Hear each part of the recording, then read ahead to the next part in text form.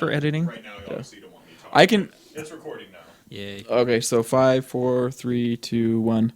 Okay, What's up? Hey guys, how's it going? Hi. Lance. The first one's always awkward. It reminds me of the thing that Louis C.K. says on his. I forget which album, which stand-up show it is, but he's like, there's no real reason for me to talk to you right now. He's like, I don't know how to start this, and that's how starting these things always feel. Definitely. So, well, I've never done a podcast. I've listened to lots of podcasts. I've never done a podcast. I've entertained the idea several times, but never done this before. so it's very raw. That's okay, Yeah. though. Definitely. So, how are we going to start this? Do you want to With a start? prayer? With a prayer? Man, I don't. We're not doing this infants on throne style. I don't have any chickens. To Anyone for the sacrifice, closing so prayer? I can't start with a prayer for my religion, at least. I actually- sacrifice the chicken. I actually said that at an Oasis board meeting recently, and just as a joke, and I had two of them be like, "I'm gonna punch you right now." The PTSD is too strong there. I love it. No, I can go first though. Yeah, and then we can just go around. We'll go around. So, my story, So then, like if I say my Mormon story, is John DeLynn gonna sue me? probably is that gonna yeah, happen? Probably. No, my story. So I have kind of the story that you would hear on a podcast like that. Kind of a pioneer stock heritage. Joseph Dobson from 6 generations back was one of the first converts when the church sent missionaries over to England. Nice. And I forget the town that he lived in, but he came over. So it was like he came over, and then his wife and kids came over later. His wife died at Nauvoo, and they had 2 little boys. He had to leave his boys for the winter so he could go work and make money, and they don't know how the boys survived because they lived in like a cabin alone, and like ate scraps for a winter, and hung out with Joseph Smith at Nauvoo and stuff like that.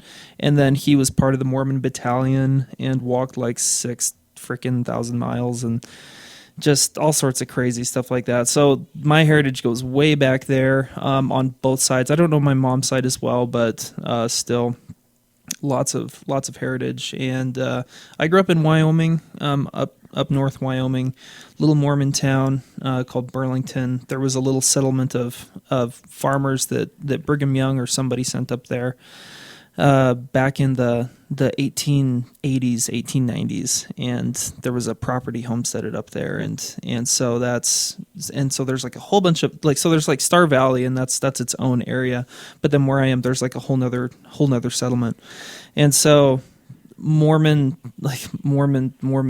background for my family, generations back, and like all my cousins and all my family, and so now I live in Lehi. I actually live in a mixed faith marriage. My wife is still LDS active, ward missionary. So on the TBM scale, she's like 11. It sounds like she's pretty intense. Yeah, it's funny, and we can get into this later, but she's very believing, and. But I think it's funny when you're able to have conversations with people about certain things. There's always certain things that they're very nuanced about, And so as far as like, she's very orthoprax, but I don't know about orthodox, if that makes sense, because like she like sticks to the program as far as things that you do, but there's a lot of things she can be very real about and be like, well, I understand that there's that there's people who can't make this work, or that this doesn't quite make sense, so like it's I think that because I think that there are between my wife and other people, I think there are a lot of people who do operate out of compassion a lot of times versus strict belief, but I don't know. I think we can dive into that more in the future. How long have you been out now then? So that's interesting. So I've been married for 10 and a half years. And I began leaving the church the last month of my mission, when I was in Japan, where my mission was. And it was in the last month. I was in a city called Matsuyama, and I remember just sitting there. I was writing in my journal and thinking about all the things that had gone on my mission. And I was like, I mean, like, I worked my butt off and tried to do what every good missionary was supposed to do. But, at some point you go, I don't know if this worked. Like, Exactly. Yeah. I don't know if, I mean, there's always the answer like, oh, you're planting seeds and there's lots of good you did. And it's like, okay, I mean, that's fair. And, you can approach it from that standpoint. But I think that there's still a part of you that goes, all right, well, so it's like on the scale of good, like I'm doing this with my hands, but I know that people on the radio can't see this. So, but like, on balance, what was the good that I did for 2 years, and could I have done more good doing something else? Which is ironic because Mormon means more good. But it was at that point that my mind started going, all right, like how for real is this? Like how effective is this? Because they talk about, I keep diving into things, and I know that we can like really dive into things, but there's like the validity versus utility argument, and talking about people who leave the church because of validity or utility. And I'm very much a utility type person, and I think that for me it was just like, well, a lot of this just doesn't freaking work. Just it's kind of like the founder of Oasis, Mike Ouse, was like, there's I forget the kind of prayer because he's Lutheran.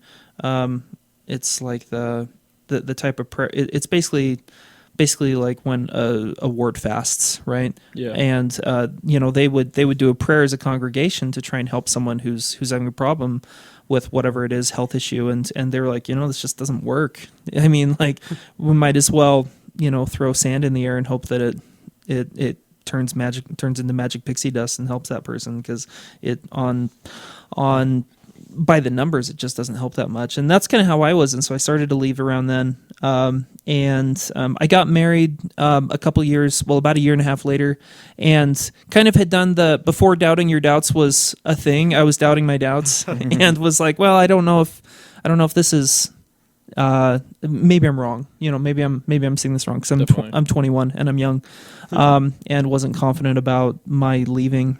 Well, and for a missionary and for a Mormon, that's some pretty intense critical thinking. Yeah. So yeah, I'm sure you doubted that. But it's frightening, yeah. Yeah, exactly. And you're not supposed to critical think, and so there was a lot of guilt coming with critical thinking. When the leaders talk, the thinking's been done. Exactly. Yep. Exactly. No, but so it was around 2012 that it's crazy, because when I retrenched after my mission, I went super.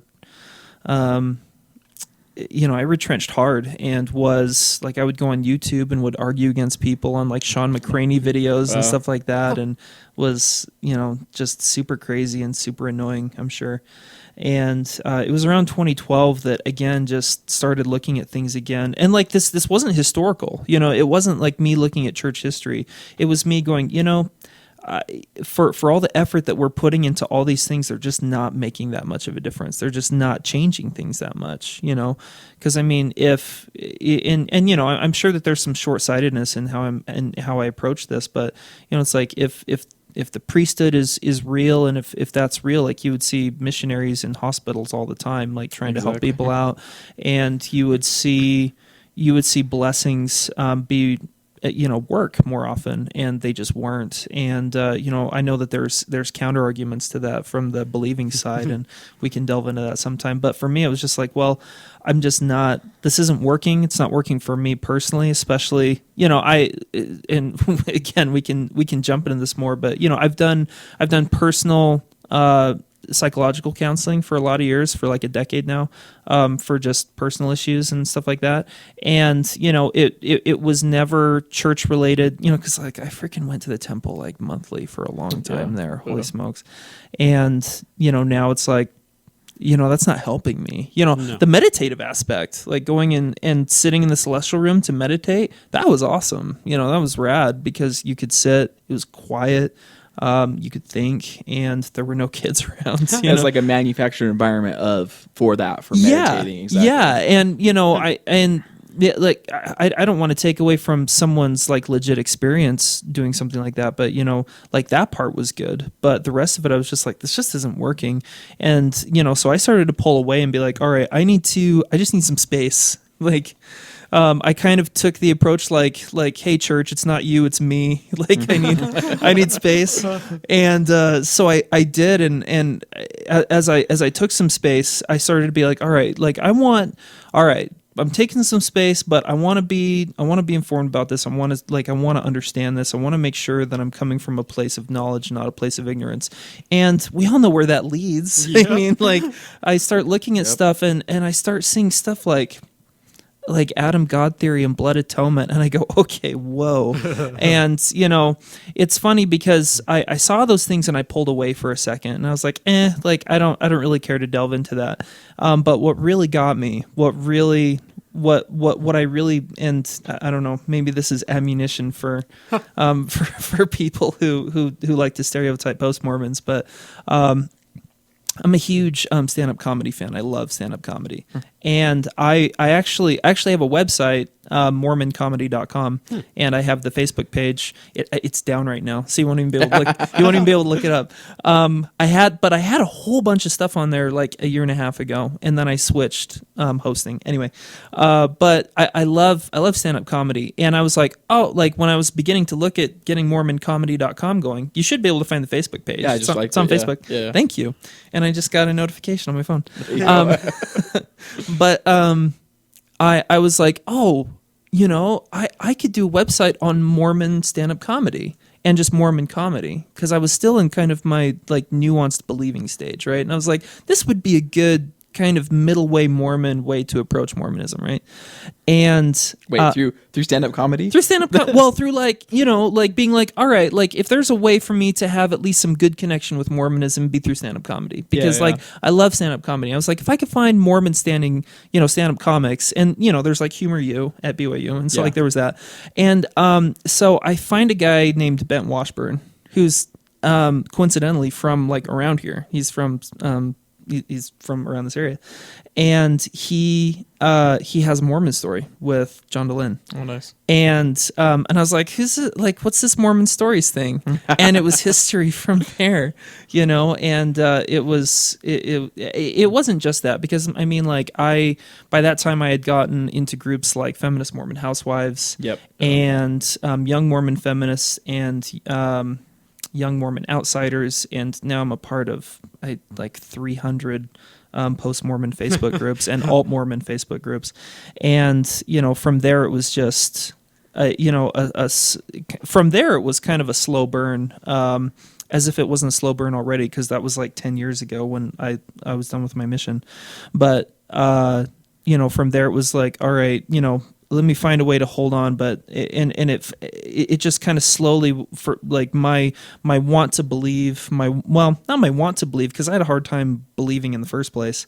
That's another story, but but it was this thing that I was holding on to for so long, and it was just slowly kind of slipping away. And when November 2015 hit and the policy leak, I remember it was right around that time that I was talking to a friend, and I was like, I think I can find a way to try and find a middle way Mormon thing. And then that hit, and I remember just, oh man, it was so heavy, and it just weighed on me so much that I was like, all right, I've got to, I think I'm done, and I need like serious space. Like it wasn't like hey, I need space from this relationship. I was like, we need to break up, and if we get back together, then fine. But I need to break up for a long time, So 2012 is when you began kind of your more in-depth questioning. Yeah, but did you remain pretty active and going to church and stuff? I was a scout leader. Oh, okay. Yeah, I mean, like Nice. I was totally in, and it was 24. I was a scout leader up through about 2014, or like 2013. Actually, no, I was a scout leader up through 2013. Then I was a ward missionary, and then I actually moved to Heber, Utah. Nice. At that point, I was living in Spanish Fork. Okay. And I moved to Heber, Utah because of a job up in Park City. And you're married throughout this, right? Oh yeah. Like I got married in '06. Okay, yeah.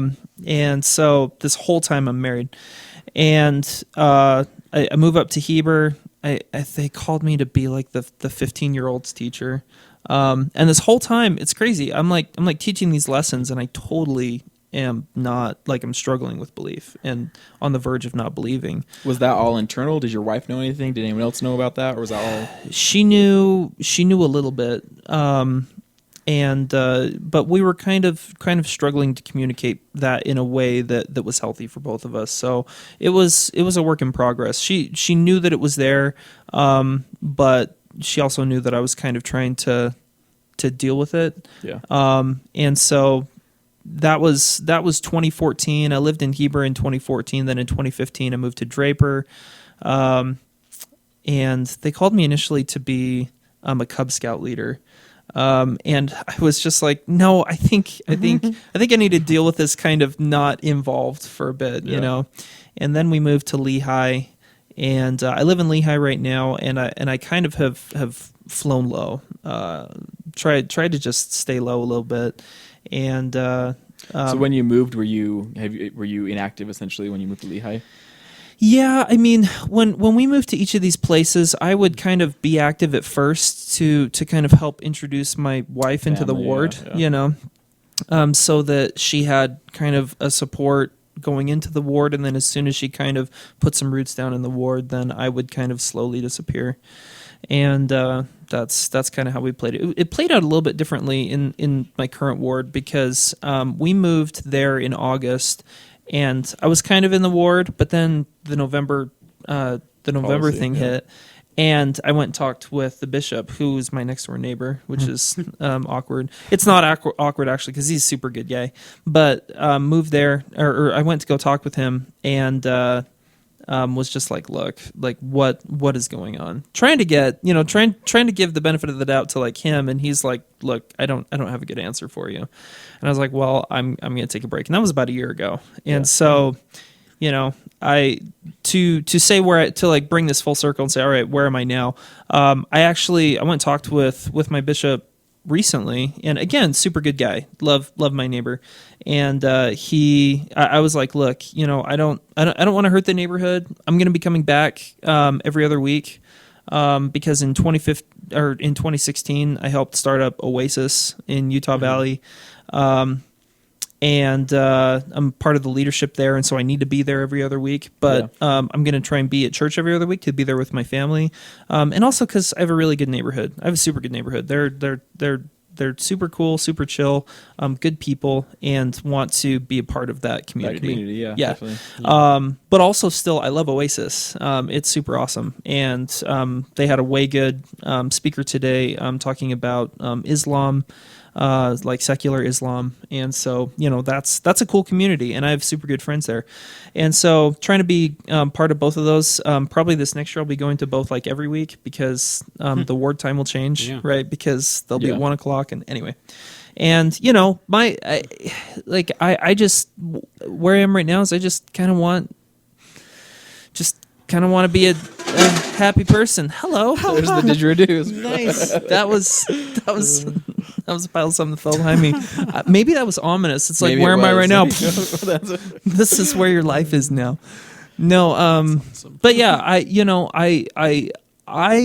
like the idea of being able to lead a happy, healthy, productive life outside of Mormonism that doesn't have to be Mormonism oriented, which is why I'm part of Oasis, right? Because it's totally secular. It's not, there's nothing post Mormon about it. It's very just, we want to create good community. We had a Halloween party. We're going to have a New Year's Eve party. We're going to have a spring party, probably around Easter time. We usually do an Easter egg hunt, which I know is Christian centric, but it's a good, American tradition. Exactly. But that's kind of where I am, and that's what I want. Like, I want there to be a good, healthy community for people to rally around, and be able to kind of to be a part of, to go in and out of as they please without feeling any sort of obligation. Unless they commit to something, then get your ass there. But no, I'm just kidding. But I I just want to be good, and that's kind of where I am. So Definitely. yeah. So going back before your mission, when you're like teenage years, was there anything that happened there? Any questioning or doubting? Because like you're saying, you kind of started questioning at the end of your mission, and I think that's some pretty intense critical thinking, especially after 2 years essentially of indoctrination. And so was there something that happened before your mission, or the way you were raised, or something you're exposed to that kind of led you to more critical thinking than a lot of other people would? That's a good question, and I think there's two pieces to that. So number one, my dad. This will sound funny, especially if you're a non-Mormon listening to this. But my dad got his degree in microbiology, and the whole time I was growing up, he worked for in the oil industry and still does actually. Yeah. And so he was very, very science oriented. But that wasn't him being hostile toward religion with his. Yeah, definitely. But it was nuanced in that he believed in evolution. Yep. Which sounds so ridiculous, but I mean, as an example, I always grew up believing in evolution, even though I grew up in a super LDS town. But I remember, oh my gosh, this was my junior year, so this would have been. I'm going to date myself right now, but this would have been 2000 actually, the beginning of the year 2000, or like halfway through 2000 at the beginning. No, this was 2001, January 2001. And so at the beginning of January is when you switch to whatever new manual you're using at church, right? And so at the time, we were switching to Old Testament. And, at the beginning of the Old Testament, it's about the creation of the earth, right? And so they're talking about the creation of the earth, and I think the title of the Ensign article was like Origin of Man or something like that. And so the class is talking about creationism, which, at the time I was like, creationism, evolution, they can totally fit together. We can make that work, right? And I think from a believing standpoint, I think that's totally true. I think that you can make that argument. I think that you can't like really put the mechanics of that together, but I think that you can still in a nuanced way you can try and make that work, and that's fine. And I was trying to do that, and I remember it literally came down to the entire class and the teacher against me on whether evolution was true or not, or a legit thing. And so at the time, like, I'd been taught like it's okay to believe in like different ideas. My dad was a Hugh Nibley reader, and like so there were things like that I think were that kind of sowed those seeds in a way, not of doubt, but of just like, well, it's okay to think about the church in a non-conforming way. That's fine. More expansive. Yeah, but on the flip side of that, I was also a very annoying believing Mormon when I was in high school. I was that kid that like had my scriptures in my backpack and was talking about, like how I'm preparing for my mission. I was so annoying. It was so bad. It's really embarrassing to look back on, but that's totally what I was. And anyway, I could go on forever on that. But, I think that there is something to be said about people who are so crazy believing set themselves up for some crazy failure, Oh, yeah, definitely. And that was totally me because, you set a really high bar and really high expectations for what the church can do. And especially if you like believe things very literally, you look at priesthood and belief and what it says in the scriptures, and it's like, no, this is all very true and it is going to work. The priesthood will make this work, and I like am going to be the sons of Helaman. It's just and when like anyone who's served a mission or even freaking become an adult understands that all of your grand ideas about like what you're fed in Young Men's, Young Women's, or if you go to EFY, just all that comes crumbling down when you begin to see like what the real world is like. And I totally set myself up for huge failure because like I got on my mission thinking it was going to be a new era story every other day, just like Ensign articles, like look at this person that we found in a back alley and now they are a stake president, and it's, I think that there's so much to be said about that type of expectation. mission, but it's totally what I went into the mission with. And it was always this: keep having faith. You're gonna see that time when all of your hard work's gonna pay off. And I think part of it was that last month. I was like, none of this happened. Like, Definitely. none of this came to fruition. Especially in Japan, did you baptize? Were the No, I numbers didn't. pretty low? I had no baptisms. Is that pretty common in missions in Japan? Yeah, I mean, like there's some that find a way to make it work, and it kind of depends, because I was in rural areas a lot, rural in quotes, because rural meaning the size of Salt Lake, and but it was in areas like that. It's almost like Democrat Republican. Oh dear, now I just went down a rabbit hole I didn't mean to go down. But no, let's ignore what I just said or edit that out. But like it's you have people who are kind of stuck in a mindset that isn't very open to new ideas. Right. Yeah. And isn't really open to like, I don't know, like, very tradition-centered. yeah, tradition-centered. And when you went to the cities, especially the really big cities, and around like college students, you got open-minded people who would talk, and I just wasn't around that a lot. I wasn't able to be in those areas very much. And so, there were some, and there's exceptions to all that. I'm sure that there were some missionaries like, well, I was in small areas and I made it work all the time. And that's all, like, great, good for them. Like, that's awesome. But I didn't make that work, Yeah.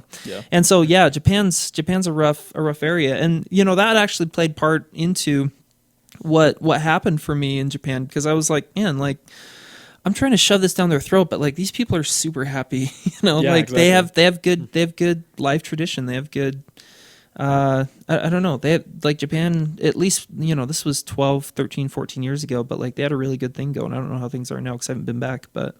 Isn't the percentage of people in Japan that would consider themselves like atheist, or in terms of atheism, in terms of like monotheistic deity, they don't believe in one anthropological deity necessarily, maybe more of a Eastern religion, Buddhism.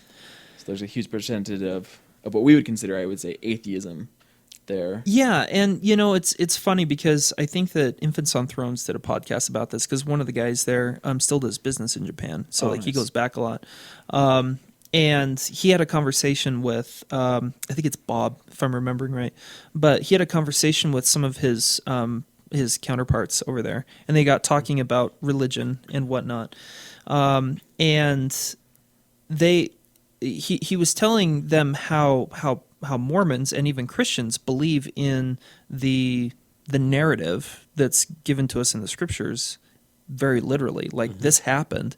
And they were like, why would you believe that literally? And he's like, what do you mean? And he's like, well, like, I'm Shinto or I'm Buddhist, but like that's our faith tradition. Exactly. That's not like, we don't literally believe those things. We don't literally believe that. Like, that's a story, right?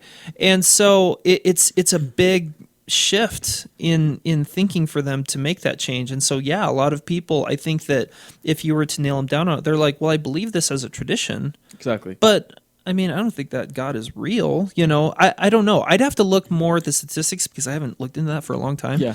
So you may know that even better than me. But just anecdotally and from conversations, there's a lot who are like, well, that's not literally true. Like, Well, and I know just from reading and stuff, it seems like Europe and Japan and those more developed, highly developed countries, the rates of atheism or religious nuns are much higher than, say, in America or in a third world or developing country. It seems the countries follow a pattern. The more developed they get, the more they lose a affiliation with religion. When they are learned, they think they're wise. Yeah, there you go. There you go. Yeah. That's enough about me. I've been talking forever. We should hear about your story.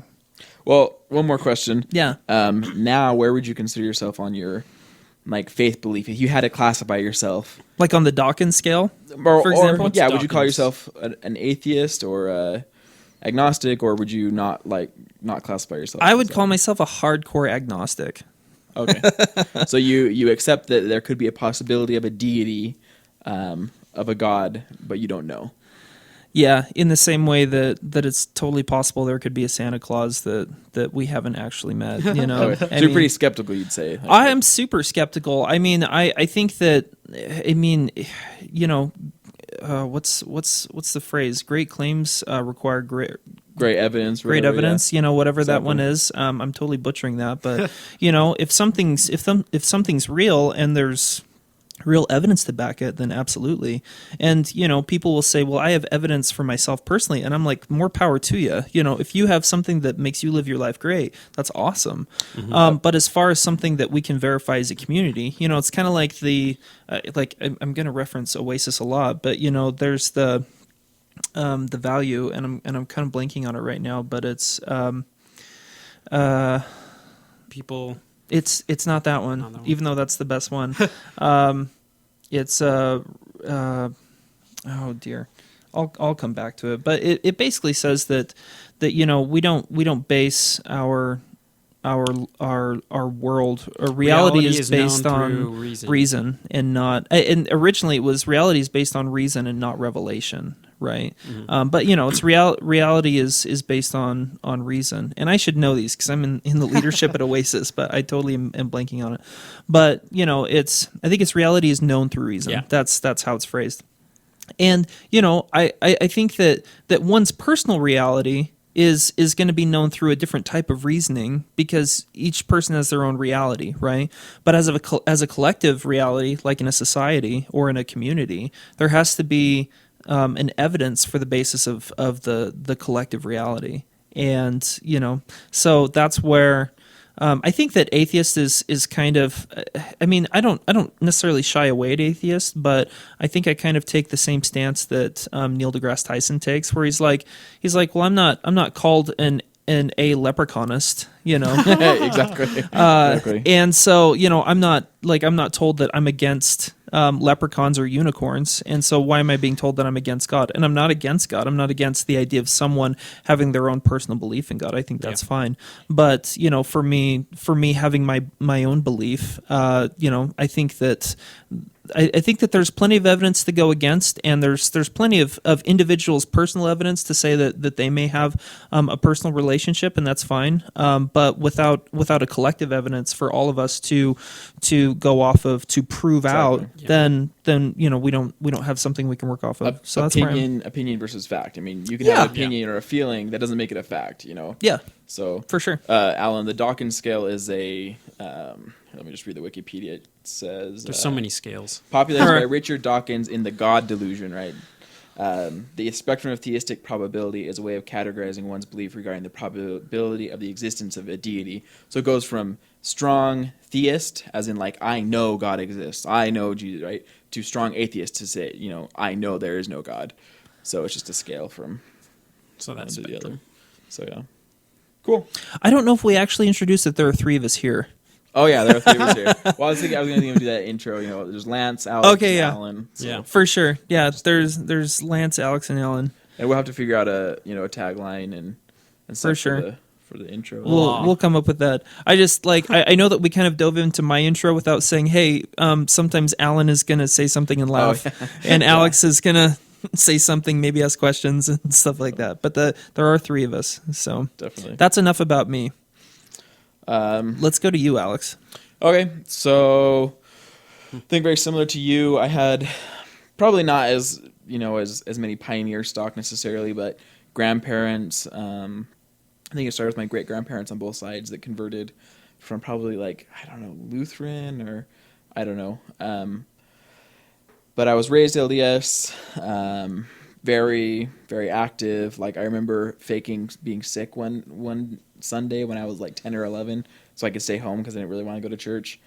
And I felt so bad and so guilty. And my mom was like, okay. I think she knew, She's like, okay, well, you can stay here if you don't feel good.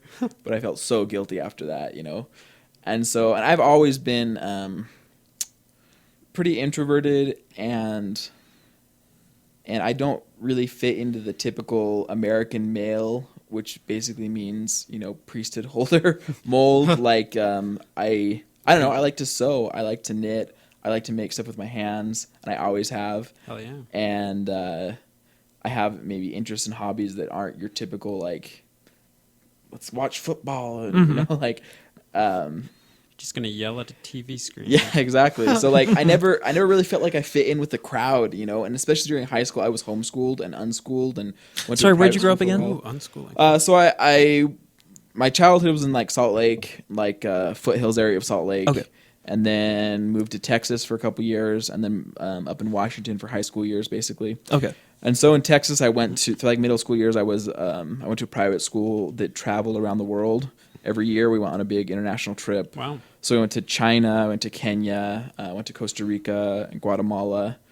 And so every year we also did a backpacking trip in like Colorado and like Vermont every year. So it was a eye-opening experience. And I think what that has led to me being very liberal and very left, and my family is actually pretty centrist or conservative. Some of the things that I talk to them about, it's just kind of amazing that I turned out this way and they are pretty a lot very different from me. Well, they didn't go to that school, right? Exactly. No, they didn't. No.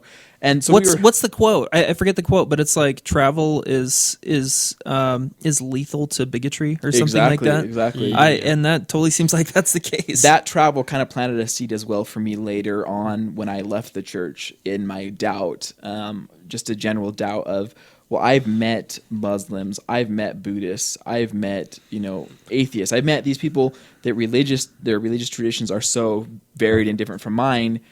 And here I have this religion that's telling me this is the only true church, yet less than like 0.5% of world population is LDS. And if you factor in the actual people that go to church every Sunday, it's a teeny percentage. It's so small. Yeah. So small. Here you're telling me that this is the only way to be happy, but I've met these people in these different countries living good lives, being happy, and they're completely, have different religions. So how can a God that's omnipotent, omniscient, and all loving, how can he say that this is the only true church, right? Anyways, that kind of planted a seed. So in high school years in Washington, I never really fit in, and I was just kind of the odd one, honestly. And that kind of led to me always kind of being a loner, I guess. And I didn't really care. I to this day, I don't really care a lot about what people think of me, and that's good and bad. But anyways, juxtaposed with that was I think it's very, maybe I'll go on a limb, but very Mormon to say like the appeal to authority. Like I wanted to get approval from my parents, from my priesthood leaders, from my peers, even though I didn't really like a lot of the things they liked. I didn't fit in with them. I wanted that approval. And so that led to me, feeling really guilty about not going to church, even though maybe I didn't really want to go to church when I was a kid. And, approval as in permission or as in validation? I think validation. And I grew up with my dad, my grandpa, I'm going to say is probably very emotionally abusive and probably slightly physically abusive towards my dad, who had, I want to say probably pretty extreme ADHD when he was a teenager. Okay. So he was like the black sheep of the family. And instead of, from what I understand, my interpretation, instead of reacting with love and inclusion and love towards their child, it was more of like you're weird, Corey, and you're the black sheep of the family. So I think that led to my dad. He's been addicted to opiates and alcohol on and off over the years, and that is a whole other part of my history.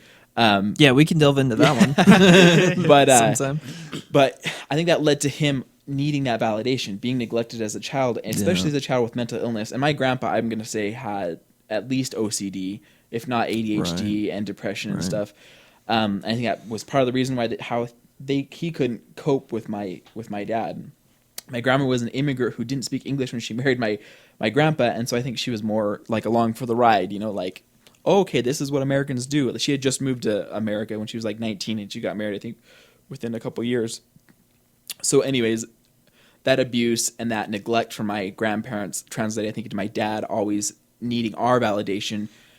And that, I think that's a part of my personality as well. Like, I seek the validation of those around me. Right. And so that led to me, going to church every Sunday, blessing the sacrament, and going and meeting with the bishop weekly for months at a time because I was looking at porn and masturbating, or I had messed up with my girlfriend, and just buying into it. I was totally in. And then going on a mission and never doubting, on my mission, just going along. And that's, I don't really care a lot about what other people think, and I don't really care about, there's a lot of stuff that just doesn't bother me. I don't have an opinion on, like, I'm cool with. So, okay, you're a missionary and you need to get these numbers and you need to go out and tract, and okay, I'm a missionary. This is what I do. Like, not much questioning. That's funny because now one of my favorite companions on my mission, we were together in a little teeny area out like hours away from other companionships, and he was the branch president. And he's since, maybe he's New Order or left the church, but I've talked to him several times, and he was saying like, yeah, I had doubts on my mission. Like, I don't know if you remembered, but I never did the first vision on my mission when I was with you. I always had you do it. And that was because I kind of didn't believe, like I had doubts. I never picked up that on all. Interesting. Tricky. So yeah. So anyways, like I was just like, I bought into it, Then I got back from my mission and I got into BYU. They sent me a letter actually. They said, hey, you can come earn, like 30 credits at a good GPA by testing out of Spanish classes as a summer visiting student. So I came down here as a summer visiting student and I did that, tested out of a lot of classes, and that was cool. But then I wanted to keep going to BYU, but I wasn't formally admitted for the full school year. Right. So I ended up moving up to Salt Lake and going to LDS Business College. I met my wife there in a typing class. In a typing class. Yeah, and her history is pretty interesting too. She has gone through periods of, I want to say like almost atheism or agnosticism in her teenage years. And I think that part of that was rebellion and part of that was just who she was. And she also has had major bouts of depression in her teenage years, and her mom has as well. So she was at home, and she kind of had left the church, but she wanted to go to school, but her parents... It was a hard situation. Her parents basically came to her and said, hey, we'll pay for the first couple years of your school if you go to this school, LDS Business College. So she kind of went back to church and started going back. But she had kind of left the church as a teenager. And she said she remembers being a child, like, 10 or younger, and thinking... don't remember specifically, but I think like atheistic or agnostic type thoughts, So I think that was kind of interesting. So we dated for 2 months, and then we were engaged for 2 months, and we had, yeah. Classic. No, Okay, we dated for 2 months. We were engaged for 2 months, and we had we had all the invitations sent out. We had talked to people. Had our sealing date and everything. Then we had sex, and then we, since we were complete believers, we went and talked to the bishop, and it was, okay, well, you either need to wait a year or you need to get married right now. And then you wait a year, like go get married at the courthouse, and you wait a year.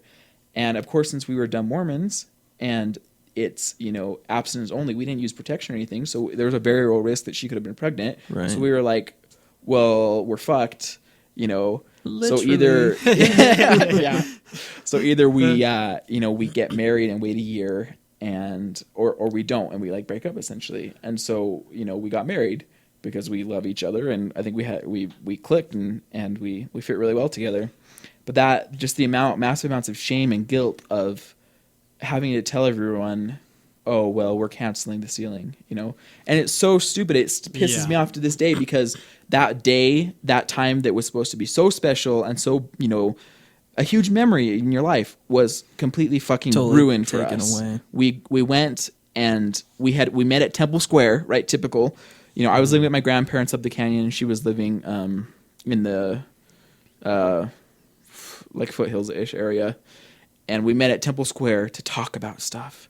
And we decided, we met at like 3 o'clock, and we were both really emotionally upset, both, going through hell essentially as a believer. You're like, I fucked up and I have to tell my family everything. It's all, and so we decided to get married. And so it was like 3 o'clock, and the courthouse closed at 4.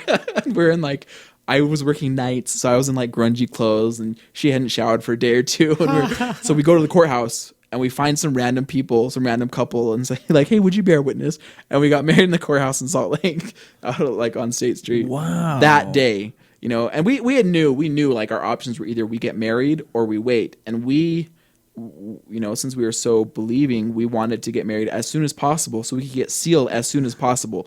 So that's what we did. And I mean, I guess partly it's definitely our fault. We could have done that and still had a celebration and stuff, but I think we were just so much guilt and shame. The shame was so big. We didn't even want to do that. So we ended up telling our parents what had happened, and then we even ended up telling some aunts and uncles and cousins, because I think it was just that so much shame and guilt and repentance process. And to this day, that pisses both of us off. I think my wife still gets sad, honestly, when she sees wedding dresses or talks to people that are getting married, and that is 100% Mormonism, and that fucking pisses me off. Anyway. Well, and I mean, okay, so I think that, I mean, you guys already got laid once, and they're telling you need to wait a year, and it's Exactly. like, okay, Oh no, and totally. And we are so not waiting I a year was to do that 19, again. I was 22, and we had already been making. We, like the typical, like we'd make out for like an hour in front of her door when I left the Yep. night, and like the whole, in my opinion, the whole religion sets you up to get married young, and when you're young, the only way you can have sex as a Mormon is if you're married. Is to get So married. of course you have so many people, especially we see in ex-Mormons, so many people, one or both will leave the church and then they get divorced, right?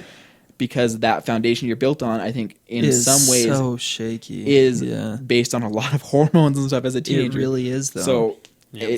anyways, that was we got married. We lived in Salt Lake for a while. We did have a kid a year after that, or 9 months after that. Which, as I get farther from the church and farther from that indoctrination and as I deprogram, the more I think like. So we didn't use protection after we got married because we figured like we're screwed anyways. Yeah. Like let's just have a kid. We love each other. We want to have a kid. Let's just have a kid. And so we didn't use protection.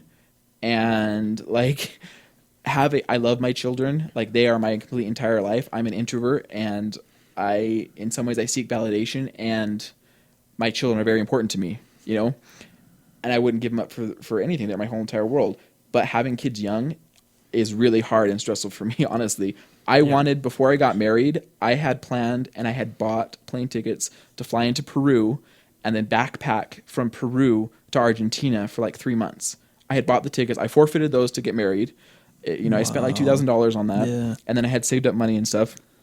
And if I hadn't been religious and I had gotten married, like I might have been traveled the world. And so I had that background. I traveled the world, and that was something that is and was really important to me, and I wanted to do, Which is really funny because like I hear the believers going, well, like you sacrifice for the greater good, but like it's hugely painful for you, I'm Exactly. sure. And being young, being young and married is just really hard, especially being young and Mormon and married, because you have these stereotypes that you're so hard trying to fulfill and live, especially for, I think, a stay-at-home mom. Like my wife is a feminist, definitely, and she wants to work, and she wants a lot of these things that traditional LDS values basically say, no, you have to stay at home. Like when we left the church, we got rid of the proclamation of the world, but we have a picture of Jesus because my wife likes it. But we got rid of the proclamation of the world because that's kind of triggering for my wife, because she wants to live a different lifestyle than For sure. your typical Mormon. So anyways, I think she was struggling with a lot of depression, and I was a really young dad, and I didn't know how to relate to kids. And even though I love kids and I grew up with little siblings that I always hung out with and played with, so it's just really hard, really hard. But for better or worse, like religion, I think in those early years played a big part of us staying together, because that's what you do. You get married and you stay together. There's no divorce. There's no separation. Like, no, It's not even though an it's option. hard, And my wife, when we got sealed a year later on the same day, because it was so important to us, we got sealed on the same day. She didn't want to go to the temple. She didn't want to get sealed, actually. She didn't want to, and it was really hard for me because that was my whole world. And she was basically rejecting me. She was saying, I don't want to be together with you forever, essentially.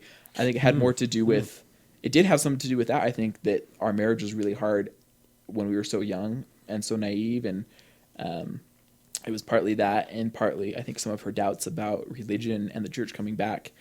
But anyways, she did go through the temple, and we did get sealed. And I think going through the temple was really hard for her. Like, I imagine, I don't know, Alan, you haven't been through the temple, right? No, I was never in doubt. You were lucky. But for Lance and I, like, my personality is very like accepting, like I was saying. And so when I went through the temple, I in the back of my head, I thought like, wow, this is kind of weird. But everyone was so happy. My whole entire family, they were crying in the slush room and giving me hugs and like, so what am I going to do? I'm going to be like, you guys are cool. Yeah. No, I just went along with it. Of course, I just went along with it. Well, and again, you're young, so it's like, well, You're maybe young, maybe like- I don't understand. Yeah, Like maybe yeah. there's something I don't know. Exactly. And so I think it was the same way for my wife. My wife actually, her grandma was sitting next to her, and she's told me that her grandma put her hand on her knee and said, just stay sitting down. Like at the beginning of the endowment when they Oh say, my if there's gosh. anyone who wants to leave, because Oh, shit. my my goodness. her grandma, like I think, knew Liesel, knew my wife, and knew how how weird the temple is, especially when you go through the first time. Yeah. Anyways, that's a source of, my wife has always felt uncomfortable about the endowment and stuff. So anyways, we got sealed a year later, and then we had a little, we got sealed in Manti because we really liked the temple. That's where I proposed and stuff. And it's funny, after the fact, we found that both, we have distant relatives relatives that worked on the temple on both sides. Oh, that's My kinda wife cool. and I, Lake Temple? They worked on the Manti temple. Oh, Manti. So Manti is pretty cool. Yeah, it it's is a cool temple. That one was built first, right? Before Salt Lake? I think it got was it finished St. George? first. It was before. I forget. I always mix up St. George and Logan, but one of those two is the first, Oh, okay. and then the third one was Manti, and then it was Salt Lake, Lake. Yeah. But that's where we proposed, and I proposed to her, and that's where we got sealed. And then we had a little, there's like a little diner or eatery there in Manti that we ate at, and I just remember it was just so shitty. Like, my grandma is very outspoken, and she doesn't have a filter sometimes. Oh dear. She didn't like the food very much, and so she was kind of like, this food sucks. And then my wife's side of the family was kind of upset at my side of the family, or my grandma, or whatever, because they were kind of like, well, this is supposed to be a social occasion, why are you a jerk, essentially.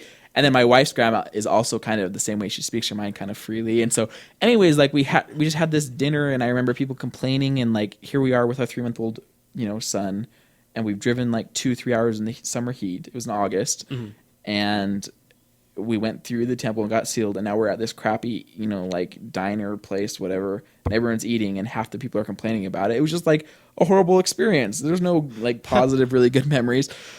Anyways, telling a little bitter about that. And so we lived in Salt Lake for a year, and then I transferred to BYU. I went to BYU. Went to BYU for like 4 years. We moved to Washington, lived with my parents in their unfinished basement for 3 months, and that was hell.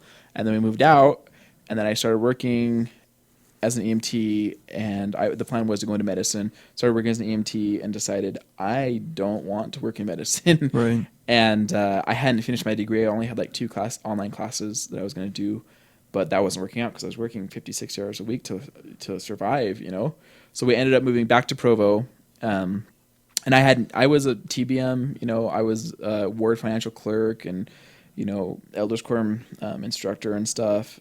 So we were fully in and believing, even though sometimes I think we had issues. I think we both kind of didn't want to go to church in some way, in some days. And my wife's family was inactive for a couple of years, and I think she had come from that culture where you weren't so judged on your activity level necessarily. So I think she had a little easier. My wife had a little easier time maybe being inactive or less active, where I was much more like, no, we need to go to church, and it's really important. So I came back to BYU, and we had kind of gone less active at this time. Went to BYU, finished my last 2 classes I had to do, took some computer science type classes. That's what I've gone into now. And kind of went inactive the last 3 months, I would say. And then graduated in April, and by August I had gone down the rabbit hole. And I think those same doubts of just like, I don't fit in here. I don't feel comfortable going to church. Like, I feel like it's kind of fake, like my, the home teacher, the whole thing. Like, and I never felt comfortable. Yeah. And we had 3 little kids at that time, and so if one of them was sick or whiny, I would just be like, okay, let's just go home. I'll just go home. Lisa, you go to Relief Society, whatever. And then it was eventually we were both, completely inactive, and those, doubts, that seed of like, well, how can this be the one true church when I know people from around the world that live good lives, and here I am believing that they'll go to essentially hell, like Mormon theology, I think, tries to pretty it up, but it's essentially like, celestial, terrestrial. Well, it's not the kingdoms, top, Exactly. So if it's not the top, then it's not heaven, right? Yeah.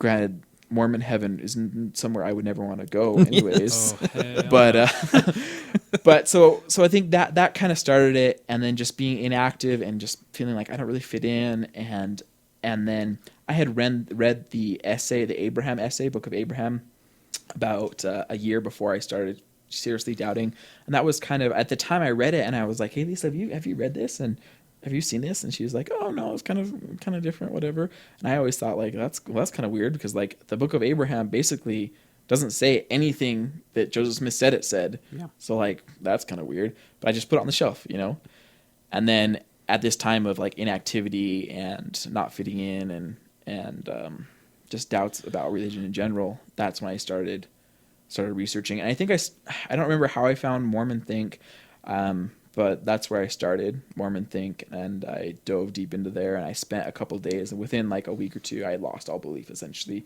in Mormonism, and I didn't know at all where I stood with deity or anything like that. But within like 2 weeks, I was like, this is not true. This is all made up. Wow. You know?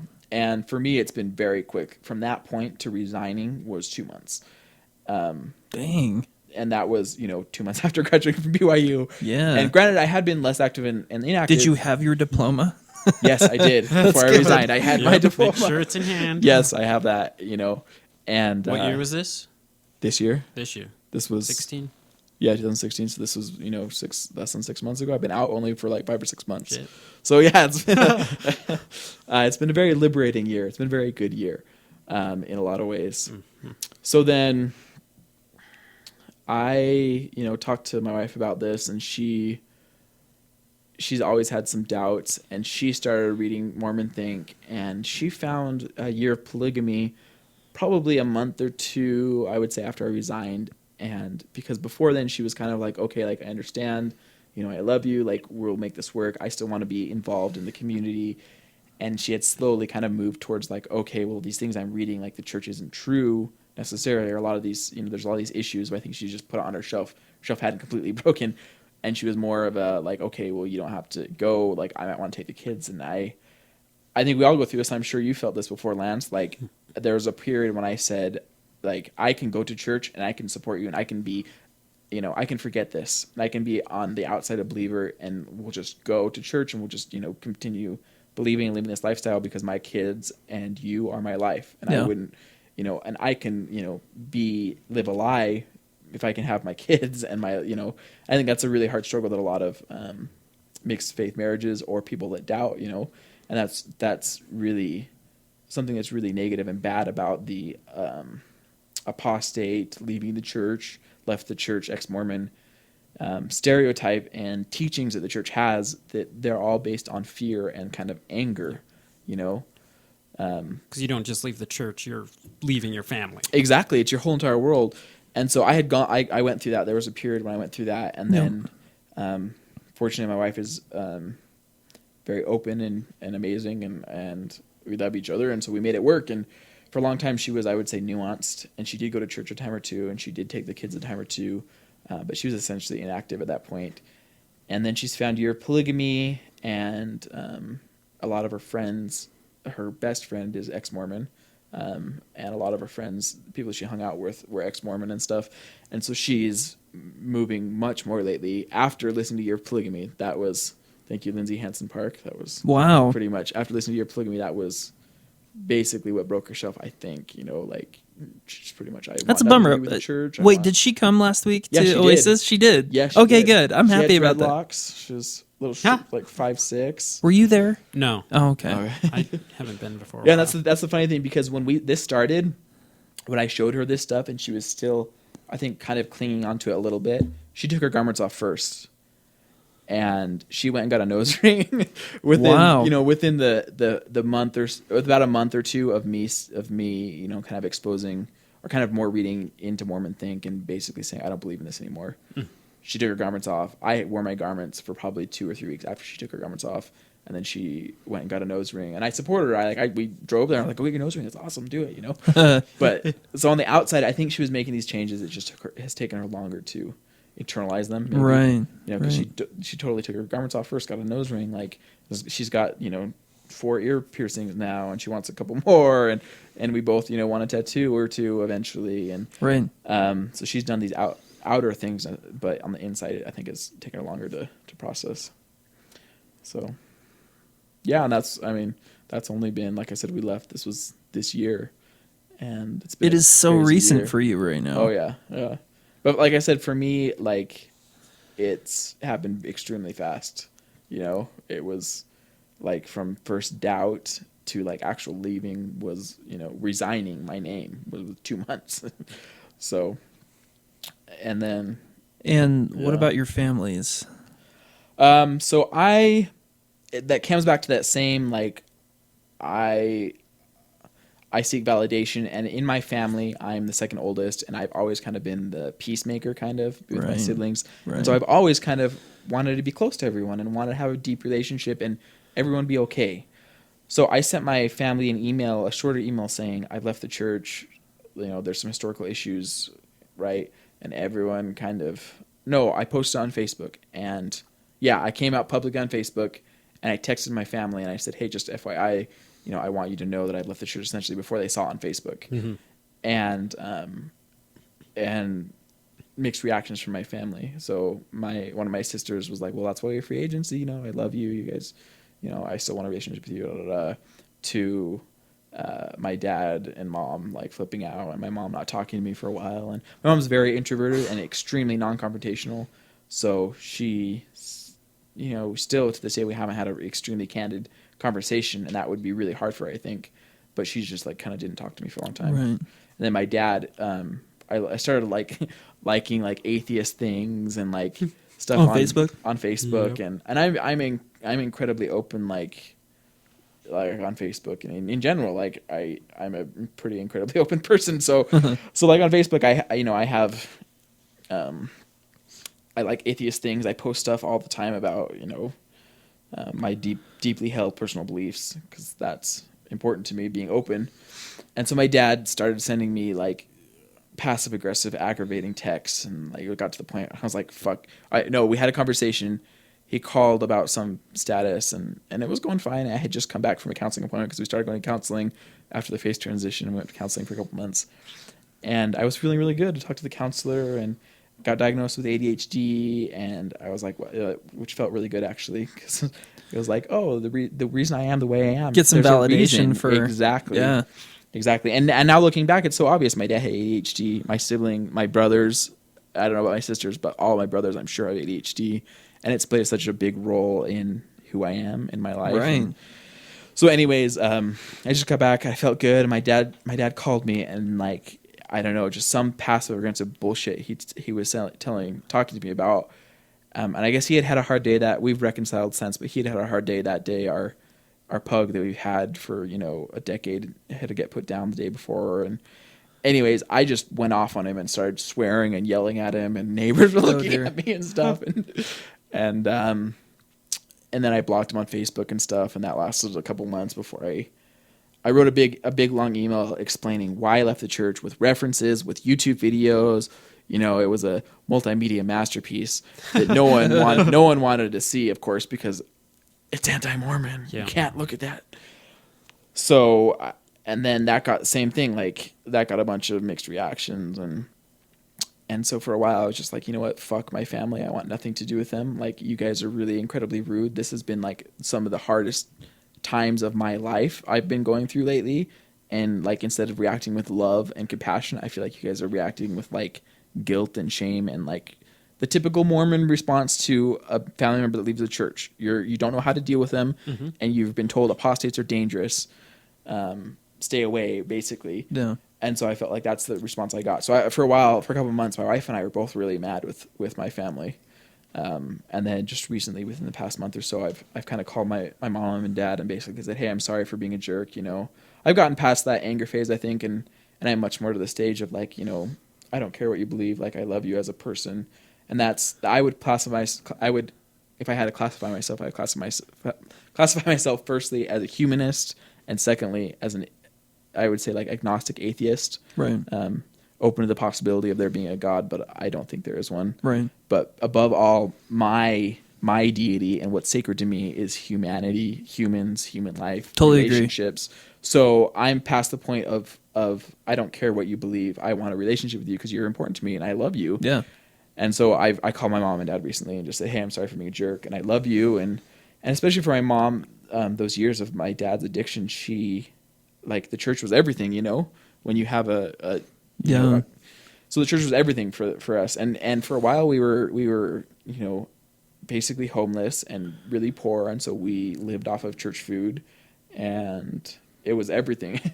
And so I'm sure it was incredibly hard for my mom and my dad to hear me say, like, the church isn't true and all these horrible things about Joseph Smith and everything. And So I called him and I said, I'm sorry, I love you and I want a relationship with you, and this relationship is much more important than, me being right or wrong. And in the end, it doesn't matter. I believe that our relationships are more important than our theology or. I think that's the beauty about humanism and about secular thought, because for the most part, it can look past that. I mean, depending on the person, of course, but I think that it looks past that and says it comes from a place of compassion. Exactly. Which, from a religious perspective, is really ironic. But I was even putting down a list of things today, just a random list, as I was kind of thinking about a lot of sayisms within the church, especially like where you hear things like love is the reason, obedience is the key, or obedience is the. It's funny, I can only think of it in Japanese because we recited it. Say it in Japanese. How it's Jujun wa kachiaru daisho, and it's obedience is the. I can't even think of the English word. Anyway, but there's sayisms like faith in God and faith, charity because Jesus loves you and stuff like that. And Never said it'd be easy, but it'd be worth it. Sure, stuff like that. And I put a list of things together that and I didn't even plan this, but I was just thinking about these, and I think that here they are. I just started listing out things like compassion without doctrine, and some of these are like kind of specific to how I feel about Oasis, which is why I like Oasis, because it's secular and humanist. Definitely. Yeah. And so it's like we love because we are human, charity from empathy, belief in human compassion, faith in human compassion, strength from human experience, not from God, charity without commandment or coercion, obedience only to one's own individual morals, doing good because of humanity, not by commandment, and stuff like that. Yeah. And so I like the humanist idea because it looks past a lot of all right, you believe this, I believe this, but who gives a shit? Exactly. I love you, and we're family or friends or we're human, and therefore let's have compassion. And I think that's rad. I think that's awesome. Exactly.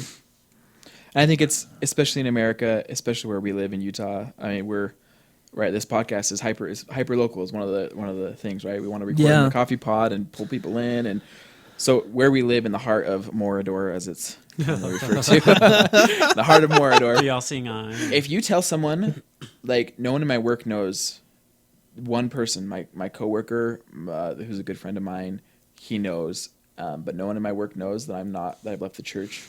And when I went into my job, which this is kind of scary because this is the best job I've ever had, making the most money I've ever made, which is ironically not very much money, but I'm a millennial, right? What can you say? What can you say? Anyways, my boss is in my stake and has said stuff to me before, oh, you just didn't want to go to church, we had to come in on Sunday or something, and I'm kind of legitimately scared of them finding out that I've left the church, because it's one narrative of never mow versus a post mow. It's true. Being a never mow is like seeing a never mow is a loving opportunity. Exactly. but seeing a post mow, I keep saying you're the devil. Oh my gosh, seeing a post mow is it's frightening. Well, it is the ultimate blasphemy. It's denying the spirit, right? Which is the only sin punishable by going to outer darkness. Yeah. But by that's why I like to say if you had to be classified, what would you call yourself? If we live somewhere more liberal, maybe all of us would say, I'm an atheist, obviously, right? I can be out and loud about that. Here in Utah County, if you tell someone you're atheist, you're saying I'm the devil. You see my horns?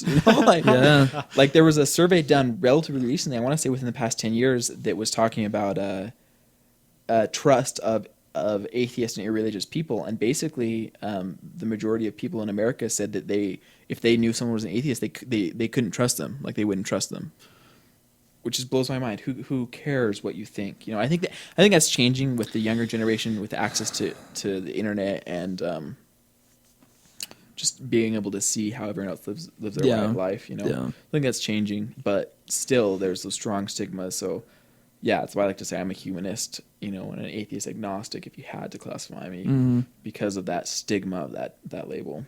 But it makes sense. So, anyways, that's where I'm at now. I'm completely out. I like to drink a beer occasionally.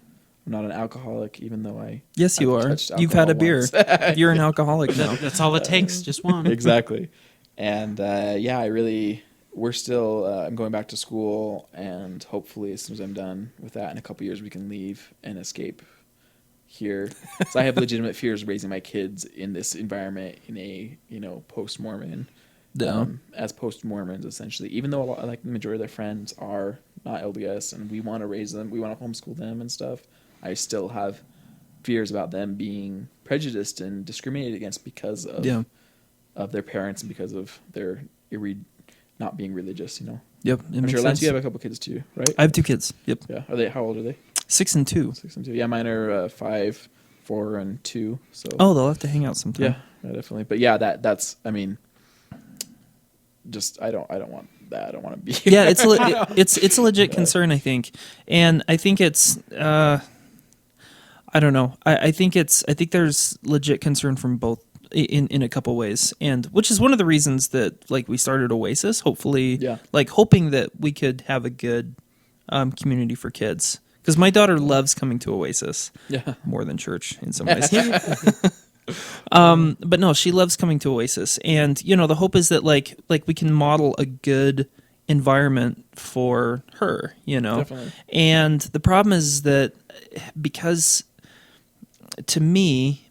you have such a concentration of religion here and of Mormonism, of course, here, that you get a lot of rebellion culture, which definitely. I don't find healthy either. Yes, I agree. Now, I'm not saying that I think that someone leaving and believing in a different way is bad, but living a reactionary lifestyle instead of one by choice, I think can be equally as damaging. Well, it's crazy. Even something as innocent as coffee is rebelling.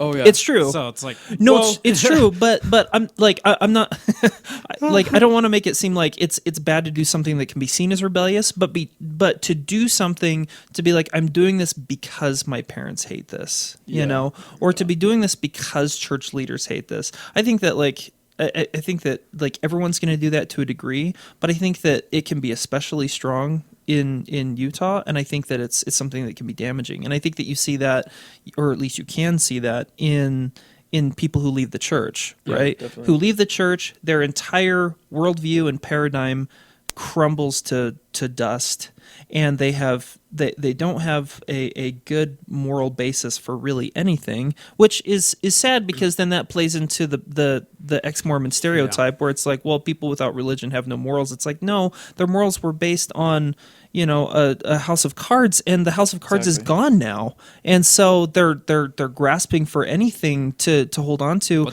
And what happens is that they're like, well, I never got to go sleep with a bunch of people. I want to do that. I never got to try, I never got to I never got to do a few lines on the weekend. I'd love to do a few lines on the weekend, which I'm not saying is bad, but to do it in a reactionary way, it's like, well, I never got to, and so I want to, and it's awesome, and they're probably going to hate it. I think that being brash about that is dangerous, right? Yeah. I'm not saying that doing it is dangerous. I'm just saying being cavalier about it isn't good. And I think that is something that happens, especially in Utah County, a lot. And there's a lot of reasons for that, but regardless of the reason, it happens. And so I think that I say that all just to say, I see where you're coming from. It's a concern. I think well, I don't know if you've experienced this, Alan, but or you, Lance, but I feel like a lot of ex-Mormons go through a rumspringa, right? The Amish. I don't know what that is. So the the year that the year they get of to step free away. to do whatever. Oh my you want, gosh, right? yeah. So when I left, I started drinking I'd drink a beer a night. So I would go through a 6-pack a week, and I don't alcoholic. and I like to consider myself a connoisseur. So I those were microbrews, glass bottle. I didn't go buy a 6-pack. I went and I was like, I'm gonna be a craft brew guy. I'm gonna like beer and know all the difference between an IPA and a double IPA and an ale and all. Anyways, so and I did that for a month or two, And then I got to the point where it was like I don't like being buzzed, and like All the time. and as often, Yeah. And so now like I'll drink maybe a beer a week. Right. If I even buy one, so like, like we bought a case of beer to make onion rings, and I was at Winco and I was like, oh, I'll just get this 12-pack of, seasonal whatever. But like, I think it's a phase people go through. And like you're talking about the rebellion, there was a period when I was like, I'm pissed at my family. They're being douchebags. And you know what? Fuck it. I'm going to post this picture of me at Oktoberfest drinking 33 ounces of beer, and post it on Facebook. And they're going to hate it. And it's throw it gonna in their be awesome. faces, Yeah. Or, oh, hey, it's Pie and Beer Day, Pioneer Day, Pie and Beer Day. Yes. So I took a picture of a mug of beer and posted on Instagram, and I got a couple comments from my parents, about it. And it was kind of that reactionary, like, screw you, you're being an asshole, and so I'm going to be an asshole right back. Right. And it's been a phase for me, and I've gotten over it. Like we've talked about, like I love you, and I don't want to do anything that purposely offends you, because I love you, and our relationship is more important.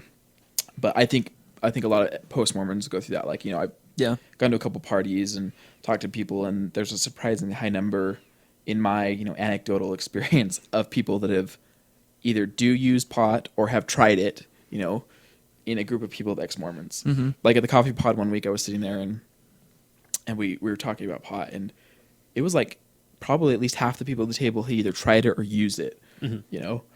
And no one's gonna say they use it because we're from fucking Utah. Yeah. And so we were just talking about it, and it seems like a large portion, but I think it is that. It's like, I've never tried all these substances. I've never done any of these things. I want to go try it, Okay, I feel like I'm coming across as like a pretentious asshole because like I'm really trying not to, but I think that those things are good, like because I mean that's human nature to want to be like, all right, well, I want to experience life, and here are things that I haven't experienced. I want to experience those. I don't see a problem with that, but I think that ex-Mormons, ex-Mormons can be brash about it, but I think that the quote unquote rebellion culture, from anything from staying out a few minutes past curfew to soaking, is freaking is a problem. And so anyway, I think it's something to be dealt with. So definitely. Anyway, So we're about an hour in, and we've only gotten to two of us. So Alan, I think it's past your time. I'm Alan. I'm a post-Mormon. Hello, hi, Alan. Alan. As far as resignation, I've probably been out the longest. I resigned February 2014, so almost 3 years. Yep, that addiction's gone. I was never married, never served a mission, never endowed. But that was because I was honest about masturbation habits, and the bishop was like, oh, that's not going to happen. How Wait, dare Alan, you touch yourself? I do. I can't be your friend anymore. I'm sorry. Just last You You night. primed the porn, too. factory. That factory is active. It pumps out its goods. Lance, on your mission, did you ever have a wet dream and wake up and be like, what the fuck, I peed myself? And then you realize, no, I just had a wet dream. Yeah, Yeah. yeah, totally. Oh, man. And let the guilt ensue. Yeah. Yeah, it very guilt-ridden. I tried to go on a mission up until I was 25, and then they said, you're too old now, you just need to go live a life. And I'm like, fine, whatever. So then I bought a house and tried the American dream. And the American dream and the Mormon dream found out were both bullshit. Exactly. Sold the house after a year and a half. 2 paychecks away from getting it paid off. Everything. That'll be glorious after That's 5 awesome. years. Nice. Be debt-free. It'll be weird. Okay, that's super rad. I have no idea what I'm going to do with money. Like, it's so scary. But, yeah. Been out for 3 years. Things that started it was Book of Abraham was the first thing. Yeah. I think was that one of the first ones they put out? Yeah, it was. It wasn't through the essays. It was Oh, okay. actually, I was going to Education Week at Oh, BYU. nice. And it was something about the Egyptian history or something. Or there's a Book of Abraham class that I went to. It was, Dude, when they're This learned, they giant think they're auditorium. wise. yeah, You I was got just- educated. I'm just like, it was at BYU, which blew my mind. And they just kind of skipped over it. They're like, here's the, and I was eating this stuff up. I wanted to go to the sources because at the same time I was learning about genealogy and getting big into it. And so sources was the big thing, finding my ancestors' journals. And so they showed the source of the Book of Abraham and the Joseph Smith papyri and all that jazz. And they just did this brief thing where they said, and this does not translate into what we have as the Book of Mormon. Moving on, I'm like, in my brain, like, whoa, no, what was that? But it got put on the shelf for a year or two, and then the deepest points of depression was during the house ownership phase. Just hold myself up in the room. So when I was like, all right, this time, for real, done masturbating. I'm going to be a good Mormon. I'm going to learn about all this stuff. And it was also, it was very interesting. And so it was one of the first things that I came across was the 10 biggest problems with Mormonism. So I'm like, all right, I'm going to research this. I'm going to prove that it's all. Yeah, refute it all. Yeah, refute it all. Yeah, exactly. And there was no refuting. It was just like, oh, wow. At the end of the thing, it was like this link to MormonThink.com. And so I went to it, and it was like, here's the Mormon position and the evidence, and here's the anti-Mormon, like the reality position and the evidence. So I'm like, perfect. Everything I need in one spot, one-stop shopping. Started with the Book of Abraham, and then just went through all the list. And then the CS letter came out, and I didn't read it because I started like a page or two. I'm like, this is just reconfirming everything that I've already discovered. It's just like, it's bullshit. And I was a little bit longer, I had 3 months, and then I resigned. Yeah. Well, were you inactive or less active? I was inactive. How long have you been inactive for? The whole time I was a homeowner. I probably went to church like twice. So Yeah. how a year? And it was 2 years? because it was like, well, I'm not worthy, so what's the point? Uh-huh. I was broke as fuck because I just bought a house and maximized what I could pay. I was bought a lot of shit, so I had all this consumer debt. I was bringing in $2,000 a month, and I had $2,100 a month in bills. Yeah. So that it was quite the playing around with accounts to get everything paid. I'd essentially like pay off something and then use its now freed up money to pay off the next thing, and so I was really just paying one bill and rolling everything amongst each other. So how long did you have the house for then? A year and a half. A year and a half. Okay, so you were When I inactive for about a sold year it. and a half, and then you started. That was around what year? I bought it in June-ish 2012. Okay. Sold it in November 2013. Moved in with my grandma, and then found Mormon Think and resigned in February. Yeah, it was quite interesting. Thanks, Grandma. Yeah. Oh, she had nothing to Just kidding. She was kind of reels into the family dynamic of it. She was the only convert. Everybody else, all other lines were multi-generational Mormons. She Right. came from Catholicism, and then when she moved to Lehigh, that's when she converted. But yeah, we go all the way back. Cousins to Joseph Smith through Jesse Nathaniel. So my ancestors' dad and Joseph Smith's dad were siblings. Oh, okay. Oh, that's interesting. Yeah.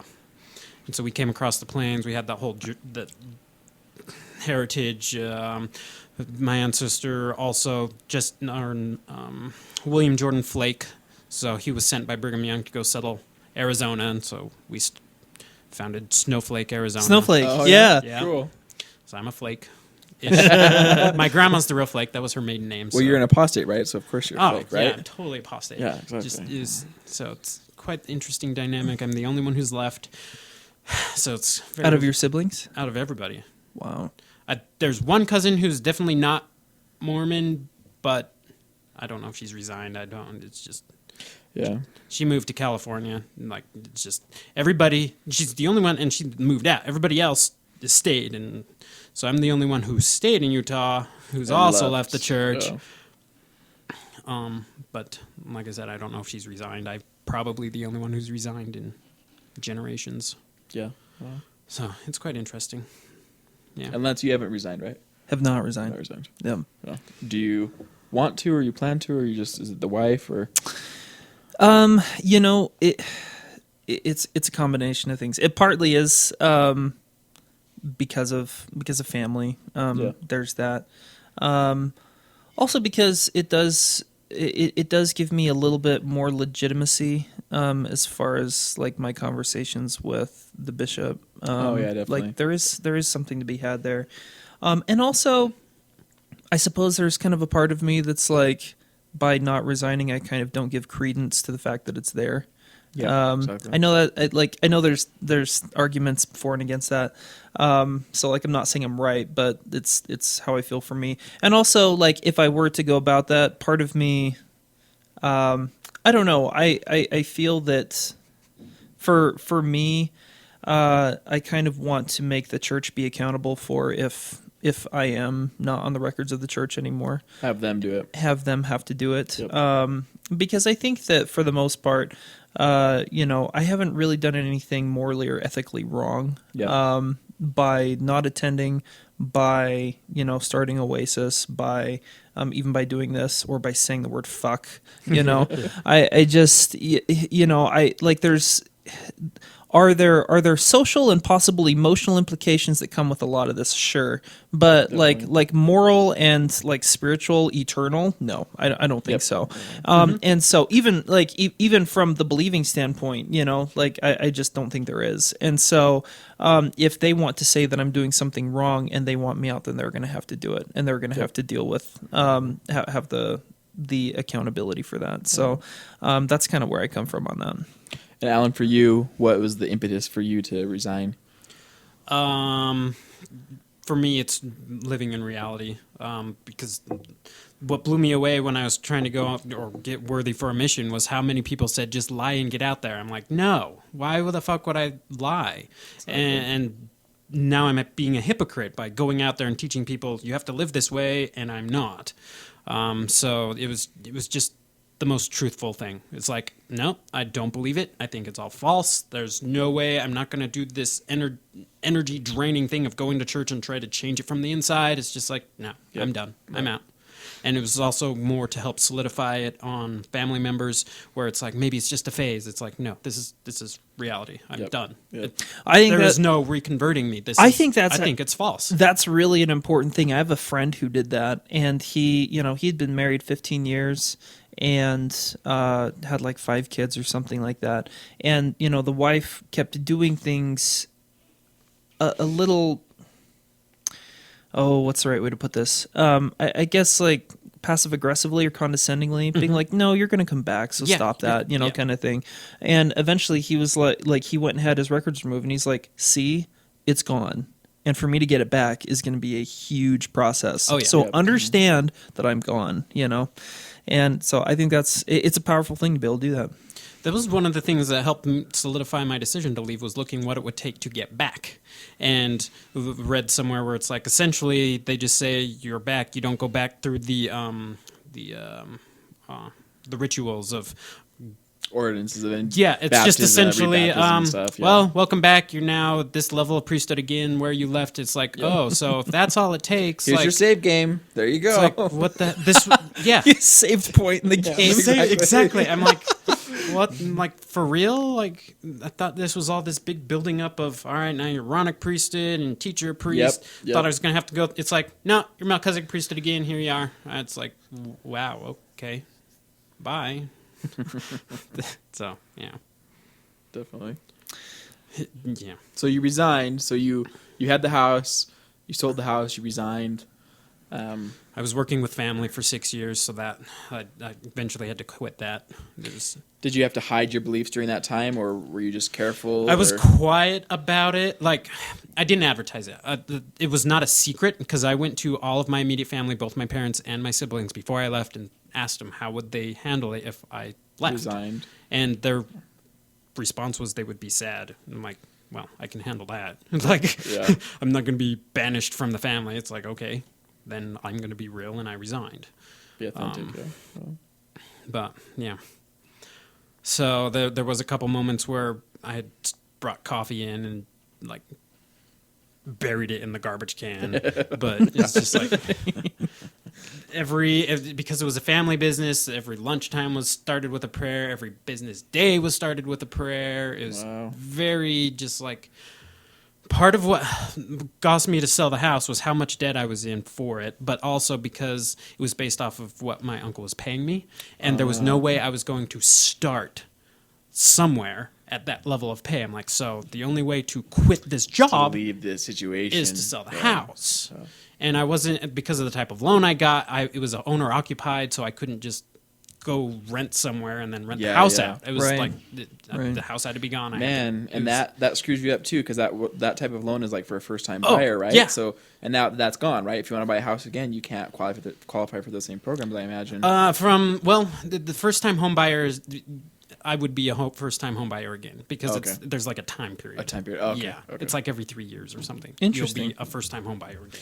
So basically, there was quite a bit on the line for you to live the authentically. Everything was just yeah. crumbled. It was insane. I went into super depression, and then, but luckily we talked about Grateful Life before we were recording. That was something that helped ease it. And honestly, part of something interesting and great before I went into it, I was like, is this going to make me have to go back to church? Like, what is this going to do? And then it's like, no, it was quite an interesting experience. But yeah. Cool. So then, how many years have you been out now? Then February will be February. 3. Okay, 3 years resigned. cool. So when you were growing up, I don't know, like Lance, when you were growing up in your childhood and teenage years, was there anything that you were exposed to that planted any doubts or anything like that? Do you mean Alan? Alan, You said Lance. Sorry, Oh, I said like. repeat Lance. the question. Like- I drifted off. Lance. Got it. Once you said Lance. So like Lance was talking about basically Yeah. how his dad was essentially a scientist, right? And so it seems like he was raised with more of the scientific method and the critical thinking, and that kind of planted the seeds of doubt of critical thinking of like critical thinking. So for you in your childhood and your teenage years, was there anything you were exposed to? No, the most critical thinking I had was when I was baptized at 8, and there was a moment where my uncle shook my hand and said, "We're so proud of you for deciding to get baptized, for choosing this." I'm like, wait, in my brain, I'm like, wait, I could have said no, and so that was like. Yeah. Just an interesting thought, and then I'm like, why would I say no? It's Exactly. true. I mean, like, this is how eternity is going to be, so it's just like, whatever. But I had the thought at 8, and then, no, the answers were in the scriptures, so I was a total sheep. Yeah. So it sounds like, I mean, correct me if I'm I was wrong. a judgmental asshole, also. It Oh, was same here, yeah. Oh, I you know. don't write in your Totally. journal every day, Yep. you don't do your Yep. monthly Yep. home teaching. It's just, I was Yep. judgmental as fuck. My cousin growing up, his dad was Nevermo and his mom was TBM. Well, TBM inactive, but I think he had a more nuanced view of morals, or like, someone can drink and they can be fine, right? And I think I definitely judged people like that, like you drink alcohol, like you're a bad person. Yep. I can't even associate with you. Like, can't You talk have to facial you. hair, Yeah. So. But it sounds like, correct me if I'm wrong, but it sounds like the masturbation was a big part of your maybe doubting or questioning, or like, I feel so bad. Is there anything that I can do to stop? It was the source of the shame and depression. Yeah. But it wasn't what led me out. Okay. Like, it was honestly, when I found out the church was false. So it started with the Book of Abraham, and it's like, wow, okay, I embraced the Book of Abraham is not what it was. And so Yeah. then the question of, well, what does that mean about the Book of Mormon? And that's where Yep. everything Yep. started. It's like, So could just the Book of snowballed. Mormon be false? And so what happened with the moment, and I'm getting chills just rethinking and reconnecting to that, it was like, no wonder it didn't work. It's like, masturbation's not awful. Yep. Like, this whole life, I went through years of paid therapy for masturbating. I was like, all this bullshit just doesn't work, and the relief that happened. So as soon as I resigned, it was not out of bitterness and anger. It was out of relief. It's I'll like, bet. no wonder this doesn't work. I mean, I now think masturbation, perfectly healthy, normal, right? Yeah. Like, The first time I jerked off without guilt was like the most. Oh, awesome yeah, thing. exactly, It was. yeah. I just laid there and I'm like, this is what It's what kind the of a fuck big am I deal. experiencing? Like, well, Alan, I think this is going to be an Spirit is explicit talking podcast, to me. but it doesn't need to be quite that detailed, okay? Did you use the right or left hand? or both. both. Good advanced techniques here, man. Oh Really? yeah, it was yeah. So talking to a lot of ex-Mormons, and like I said, I'm a very open person, and so masturbation and pornography I was addicted, with air quotes, addicted to pornography, right? Yeah. And so my whole marriage, when we got married, I told my wife that I had messed around when I was a teenager with a couple girls, and I had looked at porn and masturbated, and but I had gone to the bishop. And I was working on it, right? When we first, before we were married, so she knew, but I hid it from her until our second child. And when you're a believer, that's a huge, especially when you have your spouse, you're doing something that's putting your eternal family in jeopardy.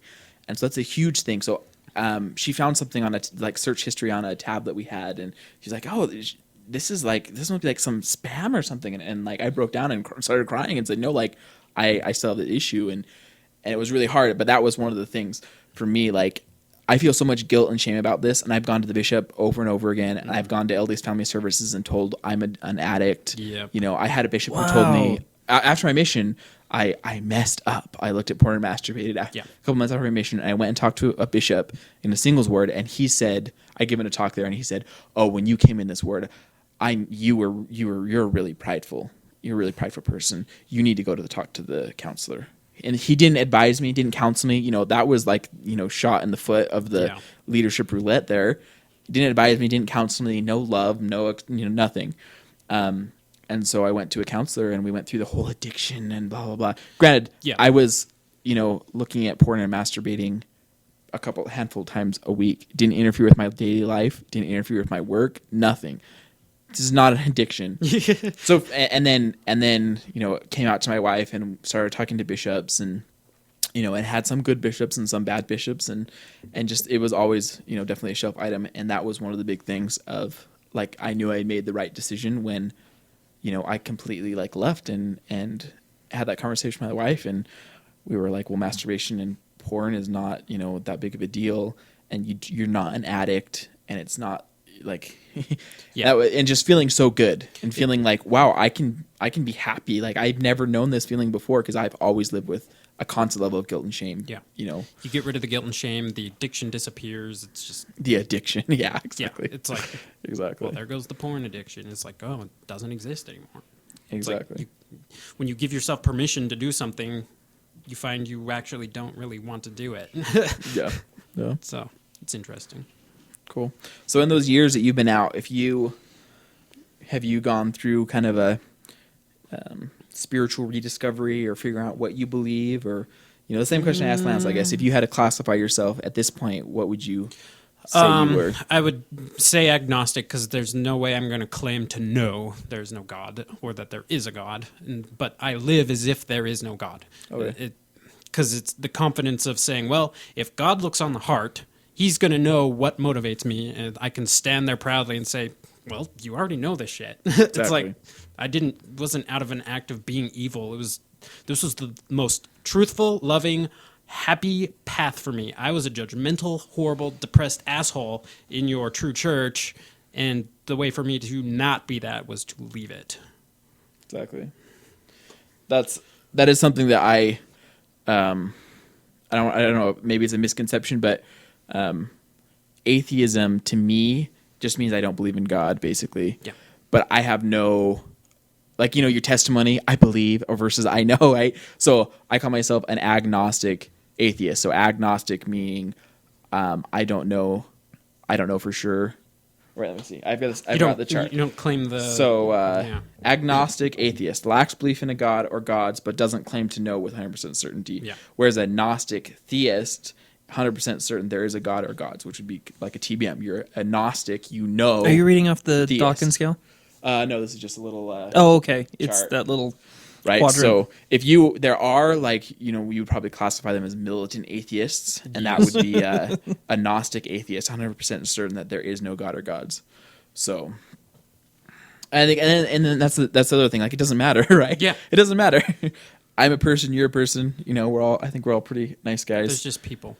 Like, it doesn't matter what you believe, but it's been such a shaping force in our life that's what you're talking about, right? It's true. And I think it's interesting because I know that like there's societies, I'm sure, for like post Scientologists, and I'm even on a couple Facebook groups for like post JWs, yeah, and you know, Oasis is post religion, right? Yep. And you know, so that's why there's like 12 or 13 of them now around the United States. But I think that that Mormonism is kind of unique in that, you know, if you live in a certain area or like have a certain set of beliefs, if you decide to leave those, for the most part, I'm sure that, again, like there's some notable exceptions, but like it's like you leave and you're done, right? You're finished. Or like if you move from one state to another, or if you decide to be done with a certain career. But Mormonism is such that like you have to have a community if you leave, right? Yeah, And the first the year and a reasons for half- that. The first year and a half after I left was super lonely. Yeah. I was happy but lonely because there's Yeah. nothing. Yeah. Yeah. And it's probably a discussion for another time, but it is interesting that, you know, it takes a community to be able to leave healthily out of Mormonism. For the most part, I'm sure there's people who make it out just fine, but you know, I think it's Definitely. it's intriguing. Well, to if you me. look on It's Reddit, not for the weak. My dad, No, it's My not. dad thought I left because it was the easy choice and that I had given up. It's like, oh, hell no. I had to come to terms with the fact that before I posted that I had resigned, that I was going to be okay if every family member left me and Oh my disowned gosh. me. It's like, I Yeah. have to be okay with saying I'm settling for the celestial kingdom. I have to be okay with being completely solo. Well, and at first- that is not the easy choice. And at first, if you do end up being in some degree agnostic or atheist, at first the idea is kind of frightening. you throw yourself. I think if you leave the church, in one level or another, you go through an existential crisis. You totally Yeah. do. You know? Yeah. So Which no one revisits and, itself every once in a while. and like I don't know if you guys experience the same thing, but like there's been points where I've been like, well, I kind of wish I could get back into the Matrix. Oh my Because- gosh. Okay. Yeah. So, wow. So there's a couple guys at my work that we've had this discussion, and I feel like I'm Cypher from the Matrix, the guy who decides to go back, who wants to go back. Yeah. And you know, it's so like I said, I've been meeting with the bishop recently, and you know, Wait, is it because of your masturbatory habit? exactly no. No, it's because of my porn You would problems. meet Oh, for of course. something. You'd meet for him No, for a I'm totally different kidding. reason? Do you look at it with him? Do you have a With the bishop? a joint? Yeah. You do? We invite the stake president There you go. sometimes. There you go. No, but like I sat down with the bishop and was like, you know, like how do you believe again? How do you do this? Yeah. You know, because there is I think that a lot of post Mormons go through and maybe not a phase, but like probably revisit every once in a while, but it's like Absolutely. how can I get back? Like is there a way to get back? Because it in a way it's so much easier being back in the Matrix, you know, or at least from the perspective that I'm in Exactly. right now. And it's like I would love if I could plug back in. Yeah. It's kind of funny. My wife and I are through this process. We've kind of, I think, grown up because I think Mormonism, in a lot of ways, infantilizes people. You can't be an actual adult and make your No. own Yep. fucking grown-ass decisions as a Mormon. Anyways, my wife and I think have grown up a lot, and we are incredibly anti-consumerist, liberal hippies. And we have friends and family who are very, very into consumerism, into like the standard American dream. Like that's what they want out of Keeping life. up with the Joneses. That's what makes them happy. At least, I mean, it makes them happy. Yeah. And my wife and I have both looked at these people that we know, and we say, you know, in some ways, we wish we could be them again because Yeah. it's hard to swim against the current. Essentially, it's hard to live an alternative lifestyle in America, especially in conservative America. You know, and we've looked at those family members and friends and kind of gone, you know, I kind of wish that we could be happy with wanting, you know, what the majority wants. Yeah. You know, I think there's a lot of parallels with that too. So to Mormonism, true. to ex-Mormonism, Mormonism, and It's true. stuff. No. But I think I think that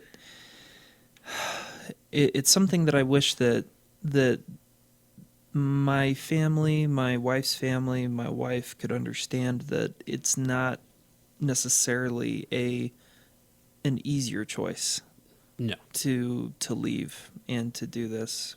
In some ways, it is.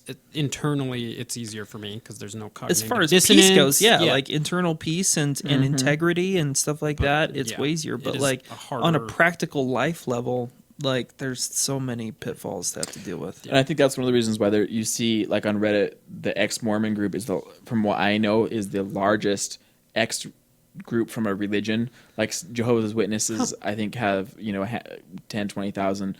Ex-Mormon Reddit has I think 30 or 50,000, maybe 35,000 members, right? And you regularly go on there and you can see how many people are on there Yeah. at that time. 100, 200, 300 people regularly on there at a time.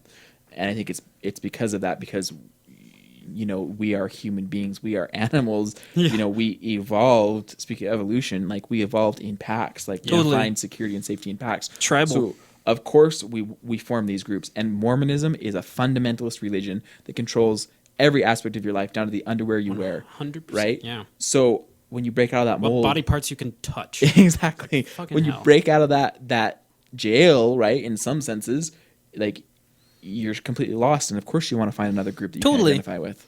Still So- need a tribe. Still need a exactly. community. Yeah, when I found UVPM, that was the most. Yeah, it was awesome. Yeah, Exactly. I've now been part of it for almost 2 years.